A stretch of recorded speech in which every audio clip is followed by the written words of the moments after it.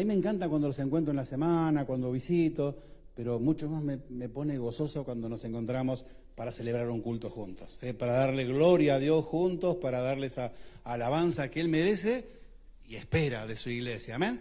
Que es uno de los fines de la iglesia, poder darle gloria y alabanza al Señor y juntarnos delante de la presencia del Señor y celebrar que Él es Dios, celebrar que Jesucristo resucitó y vive para siempre. Sí, mis hermanos, qué lindo es poder celebrar y poder entender estas cosas, ¿no? Que venimos a la iglesia y nos juntamos en un culto a celebrar que el Señor es nuestro Dios. Y te invito, mi querido hermano, que hablas tu Biblia en el Evangelio según San Juan, en el último capítulo 21. Y recuerden que la semana pasada hemos disfrutado de celebrar la Pascua, de celebrar que el Señor Jesucristo resucitó. Y este pasaje habla de lo que sucedió un poquito después de la resurrección, y evidentemente todavía los discípulos no terminaron de convencerse. Todavía les faltaba un poquito terminar de creer y poder entender que el Señor había resucitado, que las Escrituras y todo lo que los profetas y los salmos hablaban del Señor Jesús había sucedido, se había cumplido, había sido una realidad. Y aquí nos vamos a encontrar en un pasaje en que vamos a ver los discípulos a la orilla del mar. En algunas Biblias dice de Tiberias, de Galilea, lago Galilea. Y entonces vamos a ver en el capítulo 21. Dice, más tarde, Jesús se apareció nuevamente a los discípulos junto al mar de Galilea. Este es el relato de lo que sucedió, que lo aclara Juan, ¿sí? Varios de sus discípulos se encontraban allí, Simón, Pedro, Tomás, al que apodaban el gemelo, Natanael de Caná de Galilea, los hijos de Zebedeo y otros 2 discípulos. Simón Pedro dijo, me voy a pescar. Acuérdense que sé que había pasado hace poquito, que el Señor resucitó, ¿sí? Y él dice, me voy a pescar. Y el resto le dice, nosotros también vamos, dijeron los demás. Así que salieron en la barca, pero no pescaron nada en toda esa noche. Al amanecer, Jesús apareció en la playa, pero los discípulos no podían ver quién era. Y les preguntó, amigos, ¿pescaron algo? No, contestaron ellos. Entonces él dijo, echen la red a la derecha de la barca y tendrán pesca. Ellos lo hicieron y no podían sacar la red por la gran cantidad de peces que contenía. Entonces el discípulo a quien Jesús amaba le dijo a Pedro, es el Señor.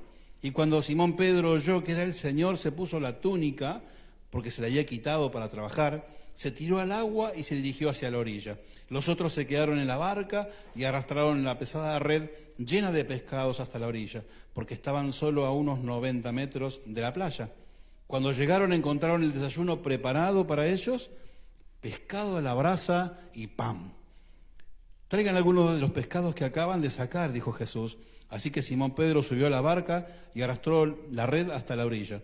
Había 153 pescados grandes y aún así la red no se había roto. Ahora acérquense y desayunen, dijo Jesús. Ninguno de los discípulos se atrevió a preguntarle, ¿quién eres? Todos sabían que era el Señor.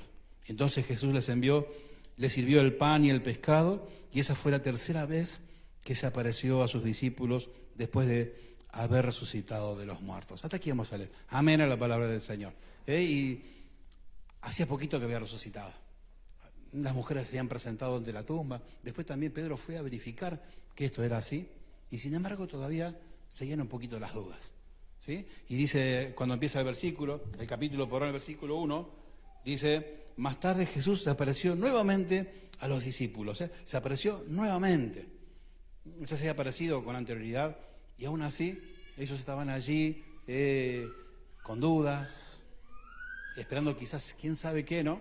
Uno los entiende, por supuesto, porque para nosotros hoy es fácil, siempre les digo, porque ya sabemos todo lo que sucedió, ya sabemos todo lo que el Señor hizo, pero ellos estuvieron allí y habían visto a su Señor ser crucificado, tener que atravesar por una pasión insoportable para cualquier hombre, y lo habían visto en una tumba. Después le vieron resucitado, pero era como que evidentemente no terminaban de entender, ¿sí? Al menos a esta altura del tiempo, a los poquitos días de haber resucitado el Señor. Y miren la gente que estaba allí. Dice que estaba, fíjense en que en el versículo 2 hay una variedad de caracteres de las personas, ¿no? Porque, como acá, para gloria de Dios somos todos distintos. Todos a veces pensamos de una manera un poquito distinta, pero estamos todos juntos. Queremos celebrar y queremos servir al Señor, y entonces hacemos que sean compatibles nuestras vidas para poder servir al Señor.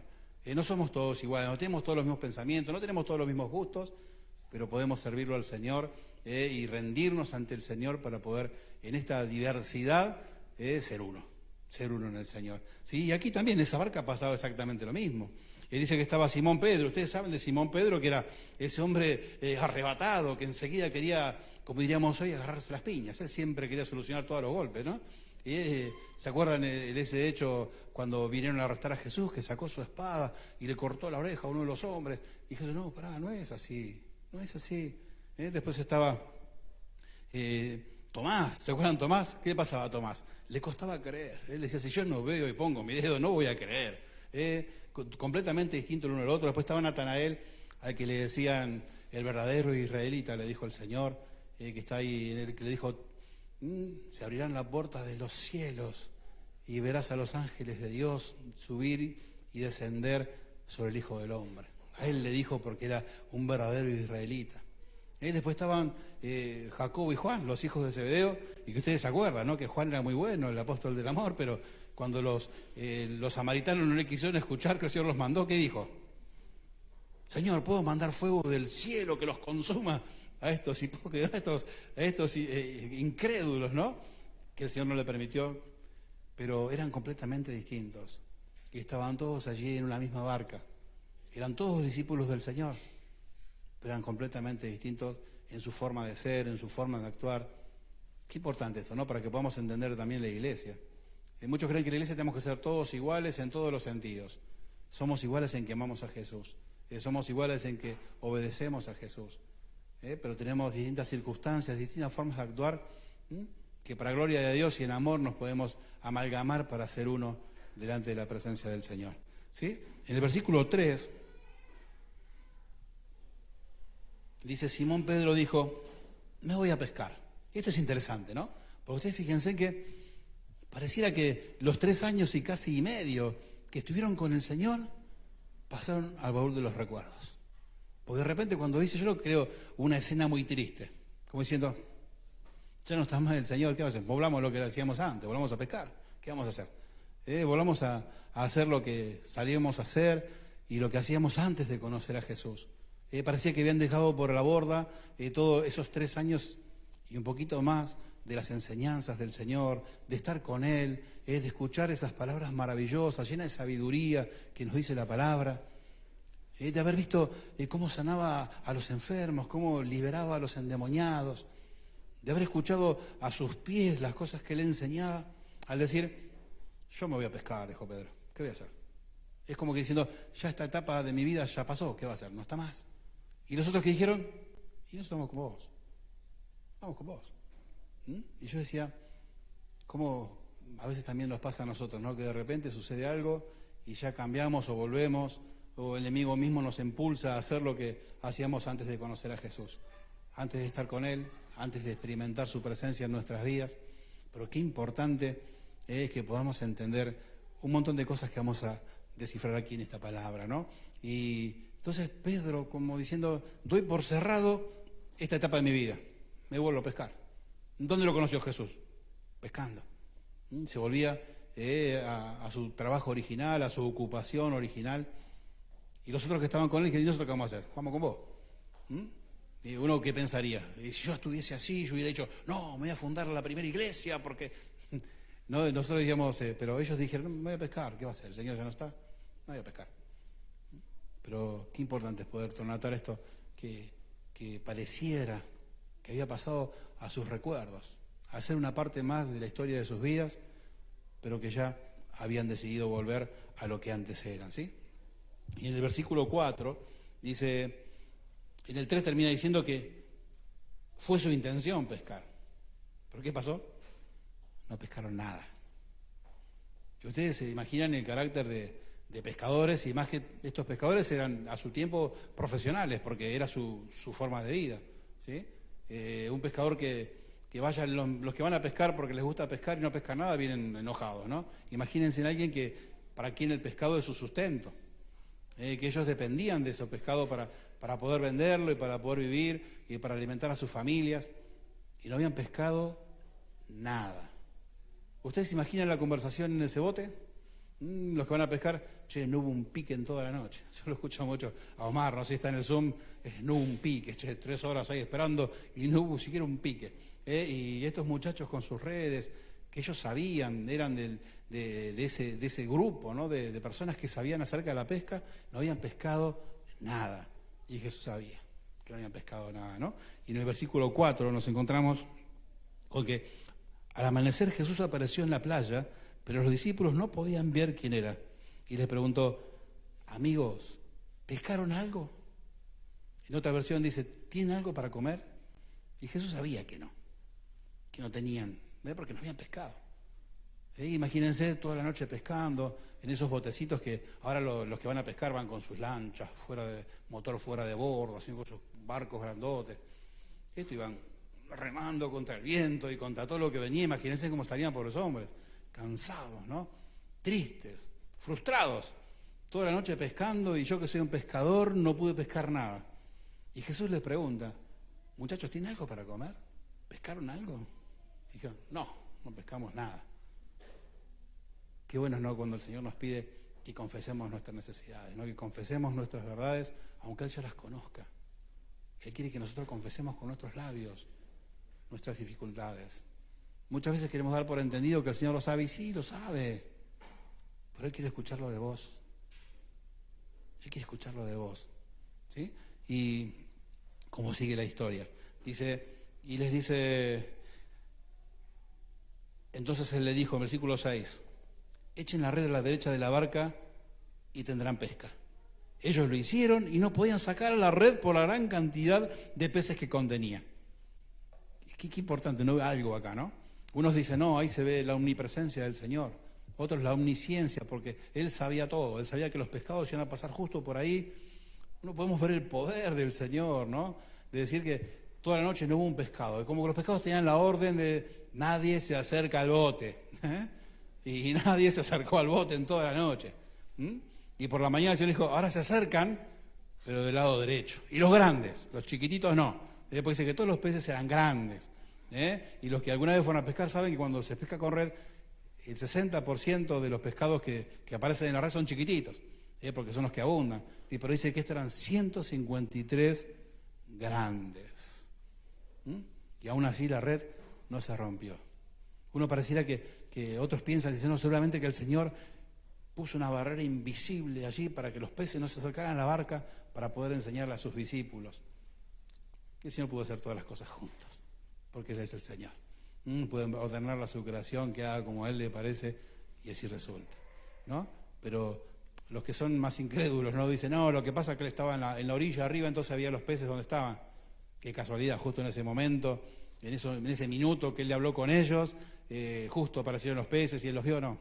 No, resulta que... Sí, ahí va, muy bien. Que el Señor seguramente les ordenó que no aparecieran y después en su momento dijo, ahora sí, acérquense, pero los grandes, ¿sí? Y qué lindo es ver esto, ¿no? Como el Señor tiene el poder, tiene el control sobre todas las cosas que suceden. Y dice que Pedro, cuando escuchó de Juan que era el Señor, porque imagínense ustedes, los discípulos no alcanzaban a verlo a Él bien, pero yo me imagino lo que Jesús veía en ese barco. Veía un barco, una lancha, un bote, con 7 hombres, cansados, tristes, frustrados, hasta quizá enojados porque no habían pescado nada. Y tuvo compasión de ellos. Tuvo compasión de ellos. No se enojó, no los criticó porque no estaban creyendo en Él, porque no estaban dispuestos, pareciera, a hacer lo que Él habían sido encomendados. Pero el Señor tuvo piedad de ellos. Y no tan solo eso, sino que hizo, les preparó un desayuno. ¿Vos te imaginás que el Señor te prepare un asadito? Un asadito de pescaditos con pancito que era tan típico allí, ese pan. ¿Y quién lo preparó? El Señor Jesús. Para esos 7 discípulos que estaban un poco incrédulos, que estaban, como decía recién, frustrados, cansados, enojados, quizás muertos de frío. Y hay un detalle fundamental que encuentro aquí, y me llamó mucho a mí la atención, el hecho de que Pedro se ve que estaba en short, digamos, ¿no? Porque estaba pescando. Y cuando se vio que era Jesús, ¿qué hizo? Se puso la túnica, ¿no? Y me dio a mí, y pensé, claro, él quería mostrar reverencia delante del Señor, ¿no? Y cómo nos llama a nosotros a tener ese respeto para con el Señor, ¿no? Porque a veces es como que nos pasamos de la raya nosotros como hijos de Dios. Más nos pasa, creo que más a los argentinos, la confianza nos da en las manos y nos tomó el codo, como dicen ya, ¿no? Y Pedro, aún sabiendo, y porque eran amigos, porque estuvieron juntos más de 3 años, se conocían mutuamente, y sin embargo él tuvo el respeto porque sabía que él era Dios. Y se puso su túnica antes de presentarse ante la presencia del Señor, ¿no? Qué importante para nosotros saber que es nuestro amigo, ¿sí? Saber que nos ama, ¿sí? Pero saber que sigue siendo Dios. Y nuestro respeto tiene que ser sublime ante su presencia, ¿sí? Muchas veces nos engañamos con, sí, porque el barba, el flaco, es el Señor, ¿sí? Con mucho amor, con mucha ternura, nos ama, nos cuida, pero es Dios. Y nosotros, nada. ¿Sí? Entonces, qué importante es poder respetar esto, ¿no? Y saben que el Señor les dio de comer. Y Juan cuenta que esto lo vio él con sus propios ojos. Allí terminando el capítulo, que nos dice que el que vio fue el que escribe y que dice estas cosas que han sucedido. Y dice que fue una de las oportunidades en que Jesús se presentó antes de ascender. Qué terrible, ¿no? Qué terrible y qué cosa maravillosa de nuestro Dios, de ese amor, de ese cuidado, de esa paciencia que tiene para con nosotros. Y yo quería que podamos reflexionar tan solo en 3 cositas. Primero, en esa barca. ¿No? Una barca en la que habría frustración seguramente. ¿A quién le gusta trabajar toda la noche, estar cansado, estar todo mojado y estaría enojado? ¿Y cuántas veces nos pasa a nosotros que estamos en esa barca de la frustración?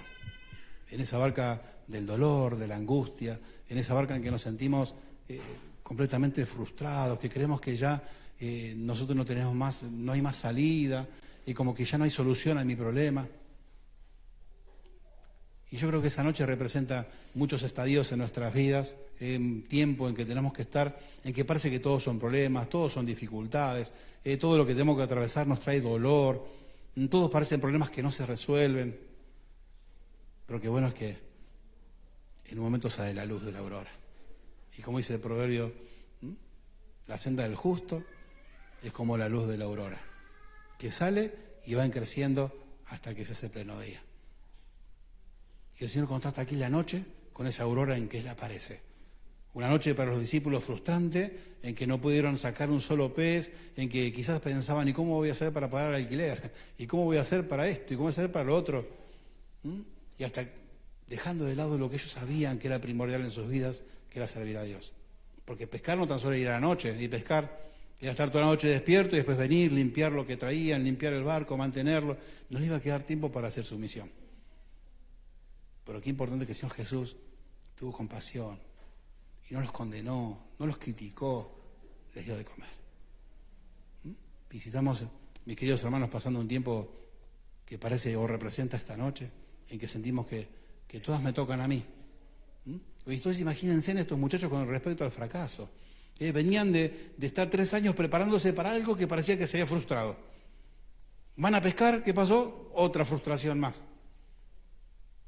Es como cuando decimos, me tocan todas a mí, no sé, está todo contra mí, todo me sucede a mí, todo lo malo me pasa a mí. ¿Cuántas veces nos pasó estar en esta condición, no? Pero qué bueno es que saber que el Señor no quiere que vivamos de esta manera y que Él tiene la solución y que está en la orilla de nuestra vida. ¿Para qué? Para darnos la solución que estamos necesitando, para darnos la solución a los problemas que estamos atravesando, para traer luz a nuestra noche oscura. Tenemos que confiar, tenemos que ir a Él. Tenemos que hacer como Pedro y lanzarnos a la presencia del Señor, sabiendo que Él va a estar allí para contenernos, para darnos lo que nos hace falta, para darnos aquellas cosas que estamos necesitando y que por nuestros propios medios no podemos hallar, ni encontrar, ni hacer. Entonces, sepamos que son parte de la vida de las noches oscuras. Pero lo importante es que contamos con el Señor. Él está en la orilla esperando por nosotros. Amén. Lo segundo es que el Señor nos da de comer y qué importante que nuestra comida es espiritual, es la palabra, ¿no? Y me encanta porque si vinieron ellos de hacer su cosa, el Señor los esperaba con una comida. No los esperaba con una lección, con algo que hacer que tenemos que hablar. Una comida, porque sabía que era lo que ellos necesitaban en ese momento. No habían pescado un pez. No tenían nada para comer. Y el Señor, ¿qué hizo? Les preparó su asadito de pescados con su pancito. Y les dio de comer. Y yo pensaba en la iglesia, ¿no? Qué importante es que también nosotros, como iglesia, podamos comer nuestro alimento, que es la palabra de Dios. Nos embarcamos a un montón de tareas, a un montón de propósitos, pero es importante que estemos bien alimentados. Y muchas veces pasa que como iglesia, la iglesia se lanza a estar en todas las cosas, ayudando a los pobres, asistiendo aquí, haciendo el otro, adorando al Señor, pero nos olvidamos de alimentarnos con la palabra de Dios.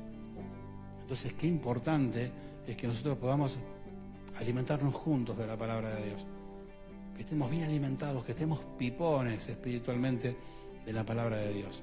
No se trata tan solo de servir y de hacer cosas, y todas cosas que están bien, están mucho más que bien. Pensar en los pobres, pensar en los que necesitan, pensar en los que están angustiados, pensar en visitar a las personas, pensar en todo. Hacerlo, pero siempre estando bien alimentados de la palabra de Dios. Yo creo que eso es una función de la iglesia local.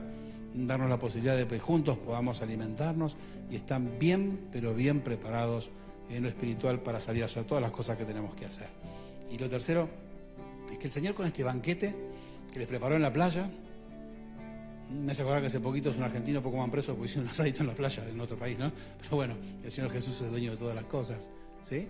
Pero los estaba reincorporando a su ministerio apostólico, sobre todo a Pedro. Si siguen leyendo el pasaje, ahora no va a dar tiempo, tiene 3 preguntas para Pedro con las cuales lo restituye a su ministerio apostólico. Que Pedro creía perdido porque él le había negado, él se había apartado, y el resto peor que Pedro, porque directamente se rajaron, se fueron.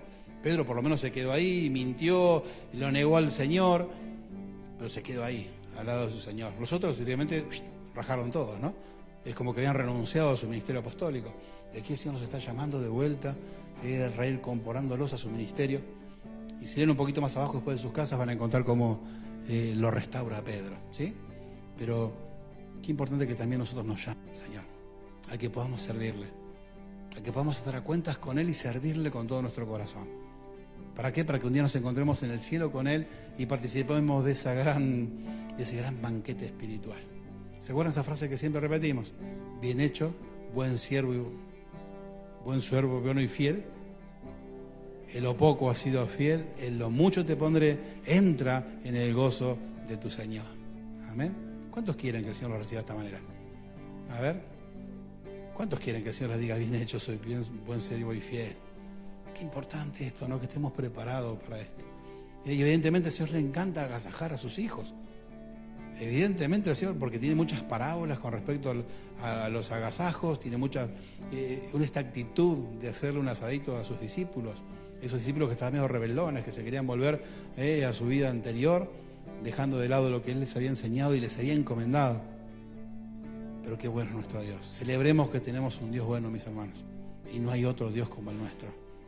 Porque es el único. ¿Sí? Y qué bueno es entonces que sepamos que Él está dispuesto a perdonarnos, que está dispuesto a devolvernos a ese ministerio, a ese llamado que un día hizo para con nuestras vidas, y que podemos cumplir los dichosos de esperar y de esperar cuento en el cielo en el cual el Señor va a servirnos un banquete. Y no dice, voy a enviar a mis ángeles, no, Él lo va a servir. Yo quiero estar a esa mesa, y sé que vos también. Así que, mis queridos hermanos, acordémonos siempre de esto, de que el Señor nos está esperando. Y que aunque parezcan que viene un tiempo que es una noche oscura y fría, todo va a pasar si confiamos en el Señor. Todo va a pasar. La aurora, una vez escuché un dicho que me hizo tanto bien en mi vida: en lo más profundo de la noche es cuando sale el sol. Cuando todo parece que no tiene vuelta atrás, cuando todo parece, es donde el Señor extiende su mano, te acaricia con su poder y hace el milagro que estás esperando, y todo para gloria de su nombre. Así que, ¿qué te parece si oramos? Si dejamos al Señor estas cosas en sus manos, si le podemos entregar nuestras vidas completamente, Señor, yo quiero cumplir con ese llamado que vos hiciste en mi vida. Yo quiero, Señor, que me hables al corazón. Yo quiero sentir que soy necesario. Quiero sentir que puedo ser una herramienta útil en tus manos, Señor, porque la sociedad lo está necesitando.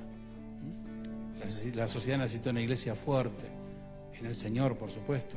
Una iglesia dispuesta a hacer la obra para que la sociedad pueda ser transformada, pueda ser vuelta a los brazos de Dios y que todos cumplan con el plan que el Señor dispuso para todo ser humano. Así que, mi querido hermano, vos y yo somos convidados por el Señor a servirle, a llevar su palabra, a anunciar, a llevar esperanza, a llevar salvación en Cristo Jesús. Esa es la única forma que tiene la sociedad de poder cambiar. No hay otra forma.